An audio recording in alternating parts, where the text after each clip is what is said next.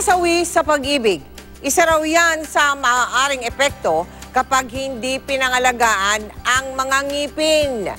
Gaya ng nangyari kay Ben na nagsisisi ngayon matapos siyang iwanan ng kanyang nobya dahil sa pagkabungi. Wala na ang dating sigla at matamis na ngiti ni Ben. Mula nang iwan siya ng kanyang nobya nitong Disyembre.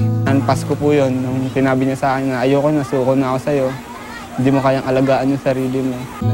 Bukod sa sawing pag-ibig, ang dahilan ng nawawalang ngiti ni Ben, ang kanyang pagkabungi. 17 taong gulang lang daw noon si Ben nang magsimulang mabulok ang kanyang ngipin. Hindi naman sapat ang kinikita niya sa pananahi ng mga bag para makapagpapustiso. Dahil sa pagkabungi, unti-unti rin siyang nawalan ng kumpiyansa sa sarili. Dapat marunong tayong mga laga ng bibig natin. At atigit sa lahat, kumonsulta sa dentista. Natatawa na lang ang mga kapitbahay ni Mang Lawrence sa tuwing magtatanong ng ganito.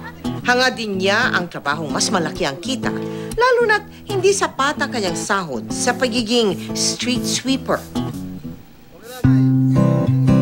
Kaya ang pangarap ni na Ben at Mang Lawrence, pustisong makapagpapanumbalik ng kanilang mga ngiti at magbibigay sa kanila ng pag-asang magsimula muli. Kabilang sila sa mga nagpalista para sa ating taunang Ngiting Kapuso Project.